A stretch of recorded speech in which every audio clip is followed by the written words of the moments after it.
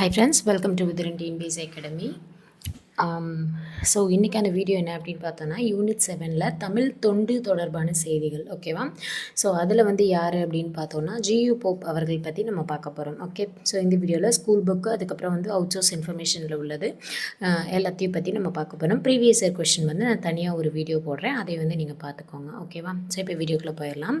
First வந்து G U Pope அவர்கள் பற்றி நம்ம பார்க்குறோம்.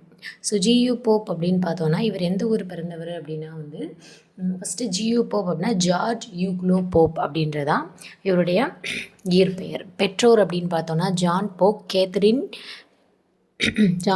கேதரின் யூலாப் அப்படின்றது வந்து இவங்களோட பேர். யூலாப் போப் அப்படின்றது இவங்களோட பேர். இவருடைய காலம் அப்படின்னு பார்த்தோன்னா 24/4/1820 11/2 February 11 1908 வரை தான் இவருடைய காலம். ஓகேவா? ஸோ அதுக்கப்புறம் இவருடைய தமையனார் பெயர் என்ன அப்படின்னா வந்து ஹென்றி அப்படின்றதான் இவருடைய தமையனார் பெயர். பிரான்ஸ் நாட்டின் எட்வர்டு தீவில் தான் வந்து இவர் பிறந்திருப்பார். ஓகேவா? ஸோ இப்போ இதில் பாருங்கள், பிறந்த ஊர், பெற்றோர் பெயர், இயற்பெயர், அவருடைய காலம், தமையனார் பெயர் வந்து நம்ம பார்த்தாச்சு. ஓகே, ஸோ அடுத்தது பார்த்தோன்னா விவிலிய நூற்கழகத்தில் சேர்ந்து கிறிஸ்துவ மதத்தை பரப்புறதுக்காக தான் வந்து நம்ம தமிழகத்துக்கு வந்து வந்திருப்பார். ஓகே, இவருடைய இங்கே வந்து என்ன வேலை பார்த்துருப்பார் அப்படின்னா சமயத்தை பரப்பும் சமய குருவாக வந்து இருந்திருப்பார். ஓகேவா? அதுக்கப்புறம் வந்து என்னென்னா ஸோ இது பாருங்கள், விவிலிய நூற்கழகத்தில் சேர்ந்து கிறிஸ்துவ மதத்தை பரப்புவதற்காக தன்னோட 19 வயதில் 1839 ஓகேவா? ஸோ 820 பிறந்திருப்பார். 39 நம்ம தமிழகம் வந்து வந்திருக்காரு. இது நோட் பண்ணிக்கோங்க. 19 வயசு 1839 ஜிபோப் எப்போ தமிழகத்துக்கு வந்தாங்கன்னு கேட்பாங்க. ஓகேவா? அடுத்து தமிழகம் வரும் வழியில் பயணத்தின் போதே தமிழ் நூல்களை கற்று தம் திறமையை மேம்படுத்தி கொண்டார். வர்ற வழியிலே வந்து ஒரு 8 மாத பயணங்கள் வந்து மேற்கொண்டிருக்காரு. அந்த 8 மாத பயணத்தில் தமிழ் நூல்களை பற்றி கற்றுக்கிட்டு அவருடைய திறமையை வளர்த்துக்கிட்டாரு. வடமொழி, தெலுங்கு இந்த மொழிகளையும் படிச்சிருக்காரு. அதுக்கப்புறம் வந்து தமிழகத்தில் வந்து சென்னை சாந்தோம் பகுதியில் சமய பணியாற்றியிருக்காரு. அதுக்கப்புறம் வந்து திருநெல்வேலி மாவட்டத்தில் உள்ள சாயர்புரத்தில் வந்து தங்கி சமய பணியுடன் தமிழ் பணியையும் ஆற்றியிருக்கார். சமயத்தை பரப்பதற்கான பணியும் சேர்ந்து தமிழில் ஆர்வமாகி தமிழ் பணியையும் வந்து ஆற்றியிருக்காரு. ஓகே, அடுத்து வந்து இவருக்கு வந்து அதுக்கு முன்னாடி கொஞ்சம் நோட் பண்ணிக்கோங்க, இவருக்குடைய சிறப்பு பெயர்கள். ஓகேவா? ஸோ சிறப்பு பெயர்கள் நான் சொல்கிறேன், நோட் பண்ணிக்கோங்க. என்ன அப்படின்னு பார்த்தோன்னா வேத சாஸ்திரி. அப்புறம் வந்து நான் இங்கே பின்னாடி எழுதுகிறேன் பாருங்கள், லாஸ்ட்டாக எழுதி காமிக்கிறேன். இவருடைய சிறப்பு பெயர்கள். ஓகேவா? வேத சாஸ்திரி. ஓகே, அடுத்து வேற என்ன அப்படின்னா பாடநூலின் முன்னோடி அப்படின்னு சொல்லுவாங்க. ஓகேயா? பாடநூலின் முன்னோடி இவர் தான். அடுத்து வந்து தமிழ் மொழிபெயர்ப்பு துறைக்கு அடிகோலியவர் இவர் தான். அப்புறம் இறந்தும் இரவாது வாழும் தமிழ் மாணவன் யார் அப்படின்னா ஜியு போப் தான். ஓகேவா? இறந்தும் இரவாது வாழும் தமிழ் மாணவன். ஓகே, இதெல்லாம் வந்து நோட் பண்ணிக்கோங்க. Okay okay fine. அடுத்து வந்து இப்போ மேலே பார்க்கலாம் வாங்க. ஸோ இது பார்த்துட்டு இருந்தோம்.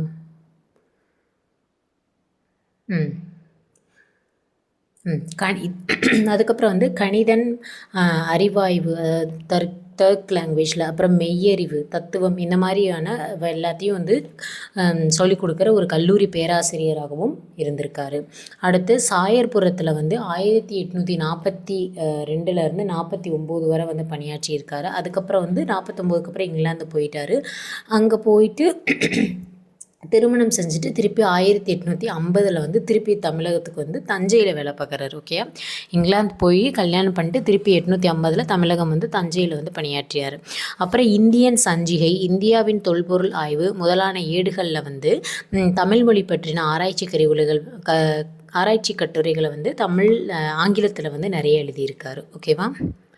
அடுத்து உயர்ந்த பண்பாடுகளை விளக்கும் 600 செய்களை நீதி நூல்களில் இருந்து தேர்ந்தெடுத்து தமிழ் செய்யுட்கலம்பகம் அப்படின்ற நூலை வந்து தொகுத்து அதுக்கான விளக்கமும் கொடுத்துருக்காரு. ஓகேவா? ஸோ ஒரு 600 செயல்கள் வந்து நீதி நூல்லேருந்து தொகுத்து தமிழ் செய்யுட்கலம்பகம் அப்படின்ற பெயரிட்டு அதுக்கு நிறைய உரையும் எழுதியிருக்காரு. பள்ளி குழந்தைகளுக்கு புரியும் வகையில் இந்த வினாவிடை முறையில் 2 இலக்கண நூல்கள் எழுதியிருக்காரு. அடுத்து பெரியவர்கள் படிக்கும் வகையில் இலக்கண நூல் ஒன்றும் எழுதியிருக்காரு. தமிழ் ஆங்கில தமிழ் அகராதி, வரலாற்று நூல்கள் இந்த மாதிரி நிறைய எழுதியிருக்காரு. பழைய தமிழ் இலக்கியங்களிலிருந்து செயல்களை தொகுத்து பாட நூல்களாகவும் நிறைய ரிலீஸ் பண்ணியிருக்காரு. ஓகேவா? ஸோ இது ரொம்ப ரொம்ப முக்கியம். இந்த பாயிண்ட்ஸு பார்த்துக்கோங்க. அடுத்து பார்த்தீங்கன்னா ஆங்கில மொழிபெயர்ப்புகள் என்னென்ன ஆங்கிலத்தில் மொழிபெயர்த்திருக்காருன்னு பாருங்கள். இதை நோட் பண்ணிக்கோங்க. 1886 திருக்குறளை வந்து ஆங்கிலத்தில் மொழிபெயர்த்தவர் ஜி போப் அப்படின்னு நம்ம படிச்சிருக்கோம். எந்த வருஷம்? 1886. 39 வந்து தமிழகத்துக்கு ஃபர்ஸ்ட் டைம் வராரு. 820 பிறந்திருக்காரு. 820 பிறந்திருக்காரு. 39 தமிழ்நாடு வந்திருப்பார். திருப்பி வந்து 50 வந்து கல்யாணம் பண்ணுவார். அப்புறம் திருப்பி வருவார். 886 திருக்குறளை மொழிபெயர்த்திருக்காரு.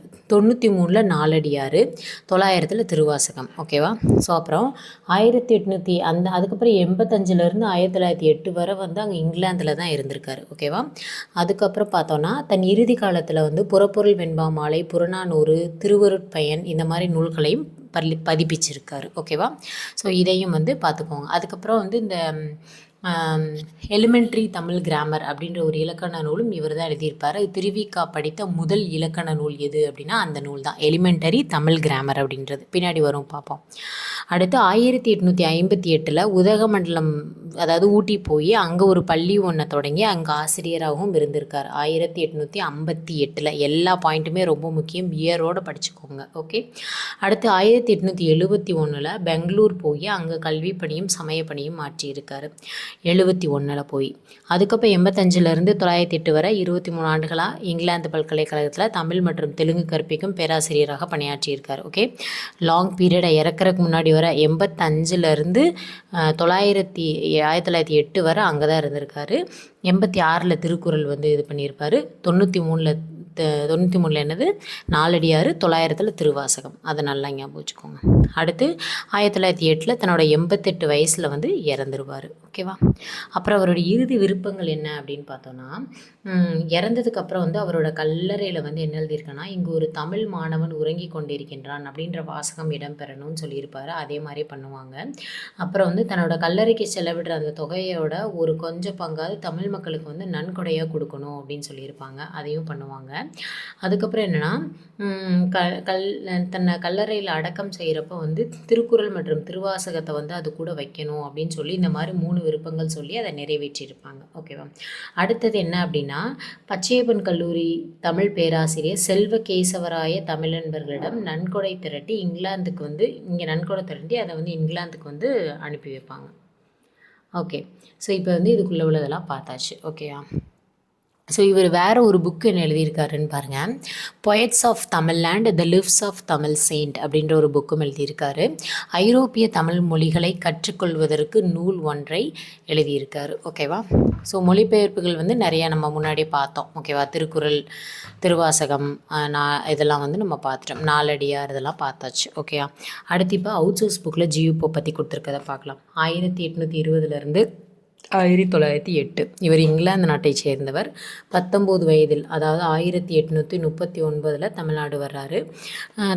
இவருக்கு தமிழ் சொல்லிக் கொடுத்தவர் யார் அப்படின்னா ராமானுஜ கவிராயர், ஆரியங்காவு பிள்ளை. இவங்க 2 பேர் தான் சொல்லிக் கொடுத்துருக்காங்க. ஓகேவா? ராமானுஜ கவிராயர் ரொம்ப இம்பார்ட்டண்ட். அடுத்து வந்து திருக்குறளை வந்து முழுமையாக ஆங்கிலத்தில் மொழிபெயர்த்திருக்காரு. நாலடியார், திருவாசகம், சிவஞான போதம் இதிலையும் மொழிபெயர்த்திருக்காரு. புறநானூறு, புறப்பொருள் வெண்பா மாலை இதில் சில பாடல்களையும் வந்து ஆங்கிலத்தில் மொழிபெயர்த்திருக்காரு. ஓகேவா? அடுத்து வந்துட்டு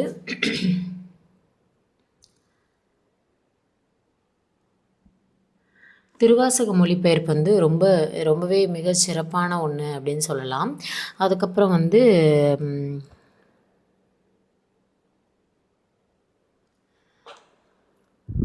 தமிழ் மொழிபெயர்ப்பு துறைக்கு வழிகோலியவர் யார் அப்படின்னா இவர்தான். தமிழ் இலக்கியங்களை ஆங்கிலத்தில் மொழிபெயர்ப்பதன் மூலம் உலகறியச் செய்தவர். நிறைய தமிழ் இலக்கியங்களை ஆங்கிலத்தில் மொழிபெயர்த்து உலகம் அறிய செய்தவர் யாருன்னா ஜியு போப் தான். தமிழ் மொழிபெயர்ப்பு துறைக்கு வழிகோலியவர். ஆல்ரெடி பாயிண்ட் இருக்குது. திருக்குறளை இயேசுநாதரின் இதய ஒளி, மலை உபதேசத்தின் எதிரொலி என்று புகழ்ந்தவர் ஜியு போப். ரொம்ப இம்பார்ட்டன்ட், பார்த்துக்கோங்க. ஓகேவா? அடுத்து நீதி நூல்களில் இருக்க பாடல்களை தொகுத்து அதை தமிழ் செய்யுட்கலம்பகம் அப்படின்னு 600 பாடல்கள். ஓகே, 600 பாடல்களுக்கு பெயரிட்டு அதுக்கான உரையும் எழுதியிருப்பார். நம்ம பார்த்தோம். எலிமெண்டரி தமிழ் கிராமர் அப்படின்ற இலக்கண நூல் எழுதியிருந்தார். இது திருவிக்கா படித்த முதல் இலக்கண நூல் இதுதான். அடுத்து தம் கல்லறையில் ஒரு தமிழ் மாணவன் அப்படின்னு பொறிக்கணும், இங்கே ஒரு தமிழ் மாணவன் உறங்கி கொண்டிருக்கின்றான் அப்படின்னு சொல்லி எழுதணும்னு சொல்லியிருப்பார். ஓகேவா? ஸோ அதுக்கப்புறம் பார்த்தோன்னா அது இங்கிலீஷ் எழுதியிருப்பாங்க பாருங்கள். whenever I die a student of Tamil will be inscribed on my monument. Doctor Pope's letter day. அவரோட லெட்டரில் இது குறிப்பிட்டிருக்காங்க. 20th October 1900 டு JM நல்லசுவாமி பிள்ளைகள். ஓகே, அதோட எடிட்டர் யார் அப்படின்னு பார்த்தோன்னா சித்தாந்த தீபிகா. ஓகேவா? சித்தாந்த தீபிகா அப்படின்ற இதில் இது பண்ணியிருப்பாங்க. ஓகே, தமிழ் மொழியால் ஈர்க்கப்பட்டு தமிழாய் மலர்ந்து மனம் பரப்பி என்றும் தமிழுலகில் அழியா புகழ் பெற்றுள்ள சான்றோர் யார் அப்படின்னா ஜியு போப். ஓகே, ரொம்ப ரொம்ப ரொம்ப ரொம்ப இம்பார்ட்டன்ட். இந்த மாதிரி நிறைய பேர் பெரியார் இதெல்லாம் கேட்டாங்கன்னா குழப்பிடும். ஜியு போப், வீரமா முனிவர், பெரியார் அப்படின்னு கேட்டாங்கன்னா குழப்பிடும். ஓகேவா? அதனால நல்லா பார்த்துக்கணும். தமிழ் மொழியால் ஈர்க்கப்பட்டு தமிழாய் மலர்ந்து மனம் பரப்பி என்றும் தமிழுலகில் அழியா புகழ் பெற்றுள்ள சான்றோர் ஜியு போப் ஆவார். ஓகேவா? ஓகே, ஸோ அதுக்கப்புறம் வேறு என்ன அப்படின்னு பார்த்தோன்னா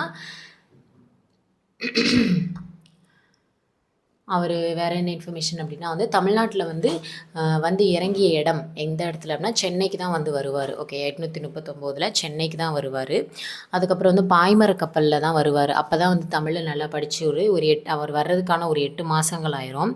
அதில் தான் தமிழ் இலக்கணங்கள் எல்லாமே நல்லா படிச்சிருப்பார். ஓகேவா? அதுக்கப்புறம் ஸோ வேறு எல்லாம் பார்த்தாச்சு, மித்ததெல்லாம் பார்த்தாச்சு. ஸோ இப்போ ஸ்கூல் புக்கில் என்ன கொடுத்துருக்காங்கன்னு பாருங்கள். ஸோ இதில் என்னென்னா அந்த பரிதிமார் கலைஞர் எழுதிய அந்த திராவிட சாஸ்திரி அப்படின்ற சிறப்பு பட்டத்தை இது பண்ணக்கூடிய பரிதிமார் கலைஞர். ஓகே, சூரியநாராயண சாஸ்திரி அப்படின்ற அவரோட பேரை மாற்றிக்கிட்டு பரிதிமார் கலைஞர் அப்படின்னு சொல்லி எழுதிய தனித்தமிழ் பெயரை சூட்டி கண்டார். இந்நூலினை ஜியு போப் ஆங்கிலத்தில் மொழிபெயர்த்தார். ஓகே, அந்த தனி பாசுரத் தொகை இவர் இயற்றிய பரிதிமார் கலைஞர் இயற்றிய தனி பாசுரத் தொகையை ஆங்கிலத்தில் மொழிபெயர்த்தவர் யார் அப்படின்னா ஜியு போப் தான். ஓகேவா? அந்த இன்ஃபர்மேஷன் தான் இது. அடுத்து என்னென்னா அந்த தமிழ் கையேடு அப்படின்றது ஜியு போப் அவர்கள் தான் எழுதியிருப்பார். அதான் இதில். அடுத்து இதில் அவரை பற்றினது பார்க்கலாம். செந்தமிழ் செம்மல் அப்படின்னு சொல்லக்கூடியவர் யார் அப்படின்னா G U Pope, doctor G U Pope. 1839 தென்னிந்தியாவுக்கு வந்தார். சென்னையை அடைந்த போப் சாந்தோம் என்னும் இடத்தில் முதலாக தமிழ் உரையை படித்து சொற்பொழிவாற்றினார். சாந்தோம் அப்படின்ற இடத்துல தான் தமிழ் உரையை படித்து முதல் சொற்பொழிவாற்றார். ஆங்கிலேயரான அவரின் தமிழுரை கூடியிருந்த தமிழர்களுக்கு பெருவியப்பளித்தது. ஒரு ஆங்கிலேயராக இருந்து இப்படி பேசுகிறாரேன்னு எல்லாரும் ரொம்ப வியந்து பார்க்குறாங்க.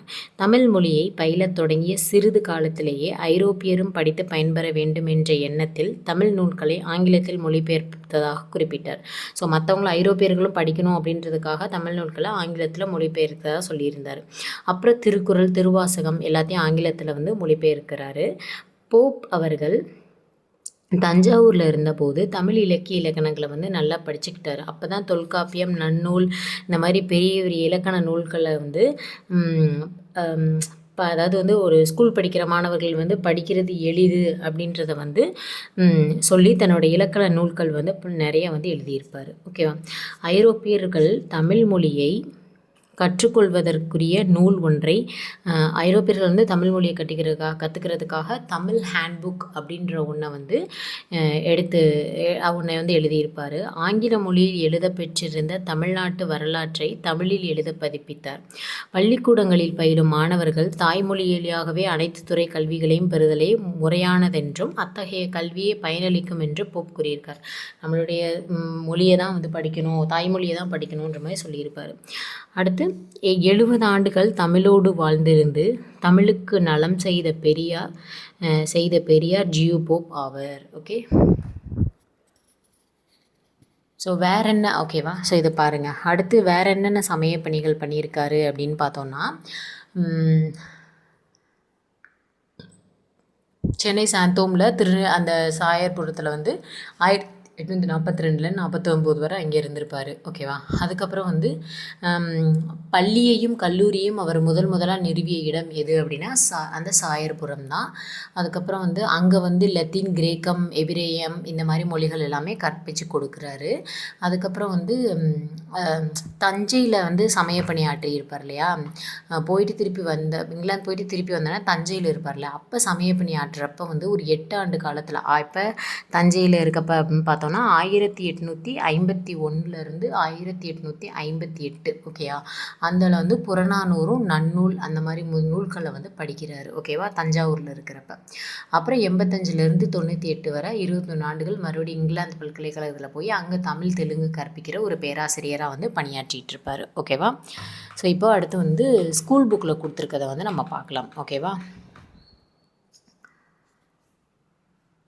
So old book 8th standard old புக்கில் இவரை பற்றி கொடுத்துருக்காங்க. ஸோ அதை இப்போ நம்ம பார்க்க போகிறோம். தமிழ் அன்னைக்கு தொண்டாற்றிய சான்றோரின் தமிழை தாய்மொழியாக கொள்ளாத சான்றோர்களும் குறிக்கத்தக்க இடம்பெற்றுள்ளனர். ஐரோப்பியர் வருகையை தொடர்ந்து தமிழகத்தில் குடிபெயர்ந்து சமய பணியோடு தமிழ் பணியையும் தங்கள் தலைமை பணியாக கொண்டு தொண்டாற்றிய பொதுமக்கள் பலர். அவருள் தமிழ் மொழியால் ஈர்க்கப்பட்டு தமிழாய் மலர்ந்து மனம் பரப்பி என்றும் தமிழுலகில் அழியா புகழ் பெற்றுள்ள சான்றோர் யாருன்னா ஜியு போப். இந்த லைன் நான் அந்த இதில் வந்து கொடுத்துருப்பேன், பிடிஎஃப்லேருந்து இருக்கும். ஓகேவா? அடுத்து இவருடைய இளமை பருவங்கள். ஜியு போப் என்றழைக்கப்படும் George Uglow Pope 1820 April 24 France நாட்டு எட்வர்டு தீவில் ஜான் போப்புக்கும் கெதரி யூலாப்புக்கும் மகனாக பிறந்தவர். போப்பின் பெற்றோர் சிறந்த ஒரு கல்வியாளராகவும் சமயப்பற்று மிக்கவராகவும் இருந்திருக்காங்க. தன் குழந்தைகளுக்கும் அதே மாதிரி கல்வியையும் சமயத்தையும் கற்பித்து கொடுக்கணும், நல்ல ஒழுக்கத்தை கொடுக்கணும்னு நினச்சி வளர்க்குறாங்க. ஜியு போப்பும் இளமையிலே ஒரு சுறுசுறுப்பு, விடாமுயற்சி, ஊக்கம், உழைப்பு இந்த மாதிரி உள்ளவராக ஒருத்தவராக தான் இருக்கார். தொண்டுள்ளம். போப்பின் தமையனார் வந்து யாருன்னா ஹென்றி என்பவர் தமிழகத்தில் வந்து கிறிஸ்துவ சமயத்தை பரப்பும் ஒரு சமய குருவாக வந்து பணியாற்றியிருக்கார். அவரை போன்று இவரும் வந்து சமய பணி ஆற்றணும் அப்படின்னு சொல்லி நினைக்கிறாரு. அப்போ தன்னுடைய 19ஆம் வயதில் 1839 சமய பணியாற்று பண்ணணும் அப்படின்னு அதை சூஸ் பண்ணுறாரு. பாய்மர கப்பலில் வந்து சென்னை வந்து சேர 8 மாதங்கள் ஆகுது. அந்த 8 மாதங்களில் வந்து வீணாக்காமல் அதில் தமிழ் நூல்கள், வடமொழி நூல்கள் எல்லாத்தையும் படிக்கிறாரு. தமிழகம் வந்ததும் தமிழர் முன்னிலையில் அந்த தமிழில் ஒரு சொற்பொழிவாற்று வந்து நடத்துகிறாரு. அடுத்து தமிழகத்தில் சமயப்பணி. தமிழ்நாட்டில் சென்னை சாந்தோம் பகுதியில் சமயப்பணி ஆற்றிய போப் பின்னர் சென்னை சாந்தோமில் தான் ஃபஸ்ட்டு சமயப்பணி ஆற்றினார். அதுக்கப்புறம் திருநெல்வேலி மாவட்டத்துக்கு போய் சாயர்புரத்தில் தங்கி சமயப்பணி ஆற்றுறாரு. அங்கே வந்து நிறைய பள்ளிகள் வந்து ஆரம்பிக்கிறாரு. கல்வி பணி, சமய பணிகளையும் ஆற்றுறாரு. சமய கல்லூரியில் தமிழ் இலக்கியங்கள், ஆங்கில இலக்கியங்கள் முதலியவற்றை கிரேக்கம், லத்தீன், எபிரேயம் இந்த மொழிகளில் வந்து கற்றுக் கொடுக்குறாரு. கணிதம், அறிவாய்வு, மெய்யறிவு எல்லாத்தையும் கற்பிக்கிற ஒரு கல்லூரி ஆசிரியராகவும் பணியாற்றியிருக்காரு. திருமணம்.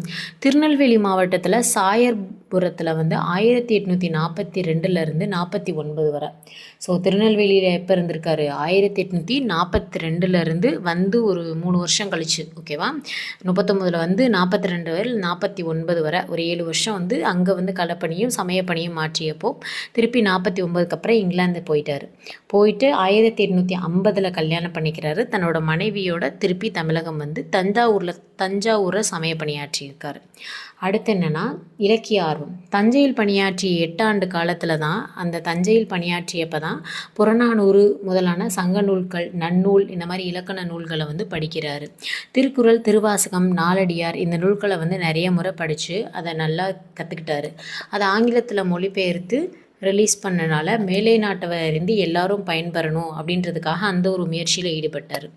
இந்தியன் சஞ்சிகை, இந்தியாவின் தொல்பொருள் ஆய்வு முதலான ஏடுகளில் தமிழ் மொழி பற்றிய ஆராய்ச்சி கட்டுரைகள் எல்லாத்தையும் ஆங்கிலத்தில் எழுதுகிறார். அந்த கட்டுரைகளில் வந்து புறநானூற்று பாடல்களையும் புறப்பொருள் வெண்பாமாலை திணையோட விளக்கங்களையும் தமிழ் புலவர்களோட வரலாறும் இடம்பெற்றிருக்கு. ஓகேவா? ஸோ இதில் இந்தியன் சஞ்சிகை, இந்தியாவின் தொல்பொருள் ஆய்வு இதில் இந்த ஏடுகள் எல்லாத்துலேயும். அடுத்து போப் பண்பாட்டிற்குரிய பொறுமை, சினமன்மை, நட்பு முதலானவற்றை விளக்கும் 600 செயல்களை கொண்ட அந்த தமிழ் செய்யுட்கலம்பகம் அப்படின்றதையும் எழுதுகிறாரு. அடுத்து பாடல் நூலின் முன்னோடி அப்படின்னு சொல்கிறாங்க. தமிழ் கற்கும் காலத்தில் வந்து ஒரு நூலாசிரியராகவும் இருந்திருக்காரு. பள்ளி படிக்கும் குழந்தைகளுக்கு நிறைய இலக்கணங்கள் தெரியணும், வினா விடையில் வந்து அமைச்சு கொடுத்துருக்காரு. இதெல்லாமே நான் பாயிண்ட்ஸாக அதில் கொடுத்துருப்பேன். ஓகேவா. பெரியவர்கள் கற்கும் வகையில் இலக்கண நூல்களும் படைச்சிருக்காரு. மேலை நாட்டவர் வந்து தமிழ் எழுதுகிற படிக்கணும் அப்படின்றதுக்காக தமிழ் ஆங்கில அகராதி, ஆங்கில தமிழ் அகராதி, டிக்ஷனரி இந்த மாதிரியெல்லாம் ரிலீஸ் பண்ணியிருக்காரு. தமிழ் வரலாற்று நூல்களும் நிறைய எழுதியிருக்காரு. பழைய தமிழ் இலக்கியங்கள்லேருந்து சில செயல்களை எடுத்து அதை ஒரு நூலாக வெளியிட்டு அதை பாடநூலாக வைக்கிறதுக்காகவும் ஸ்கூல் புக்கில் வைக்கிறதுக்காகவும் ஏற்பாடு செஞ்சுருக்காரு. உரைநடை நூல் ஒன்று எழுதியிருக்காரு. 858 உதகமண்டலம், அதாவது ஊட்டிக்கு எப்போ போனாருன்னு பாருங்கள், 1858 ஊட்டிக்கு போய் அங்கே வந்து ஒரு ஸ்கூல் ஒன்று தொடங்கி அங்கே ஆசிரியராகவும் பணியாற்றியிருக்காரு. தமிழ் தொண்டு அதுக்கப்புறம் வந்து தாயகத்துக்கு சென்ற போப் 885 1908 இறக்குறவர் அங்கே தான் இருந்தார். 23 ஆண்டுகள். ஓகேயா, 23 ஆண்டுகள் இங்கிலாந்து பல்கலைக்கழகத்தில் தமிழ் தெலுங்கு கற்பிக்கும் ஒரு பேராசிரியராக பணியாற்றியிருக்காரு. திருக்குறளை வந்து 40 ஆண்டுகள் படித்து சுவைத்த போப் அதனை ஆங்கிலத்தில் மொழிபெயர்த்து 1886 வெளியிட்டிருக்காரு. தமது 80ஆம் அகவையில் 1900 ஆண்டில் வந்து திருவாசகத்தை வந்து ஆங்கிலத்தில் மொழிபெயர்த்திருக்காரு. ஓகேவா. ஓகே. அதுக்கப்புறம் வந்து தன் இறுதி காலத்தில் வந்து புறப்பொருள் வெண்பா மாலை, புறநானூறு, திருவருட்பயன் இந்த மாதிரி நூல்களையும் எழுதியிருக்காரு. அடுத்து அவருடைய நினைவிடம். தமிழின் பெருமையை தரணி முழுவதும் பரப்பிய போப் 1908 பிப்ரவரி மாதம் 11 ஓகேவா, 11 பிப்ரவரி மாதம் 11 இறந்துட்டார். தன்னோட கல்லறையில் இங்கே ஒரு தமிழ் மாணவன் உறங்கி கொண்டிருக்கிறான் அப்படின்ற ஒரு வாசகம் எழுதணும்னு சொல்லியிருப்பார். அவரோட உயிரில் வந்து எழுதி வச்சிருப்பார். ஆங்கில மொழியினை வந்து அன்னை மொழியாக கொண்ட போப் தமிழ் மாணவன் என்று தம்மை அறிவித்து கொண்டமை தமிழ் மாட்சியே. அப்போ தமிழ் மாணவன் என்று அழைக்கப்படுபவர் யார்? G U Pope. அடுத்து தமிழின் மாண்பை தமிழரும் உணரச் செய்த போப் அல்லரோ இறந்தும் இரவாது வாழும் தமிழ் மாணவர் அவர். தமிழ் உள்ளங்களில் எல்லாம் இன்றும் வாழ்கிறார், என்றும் வாழ்வார். ஓகே.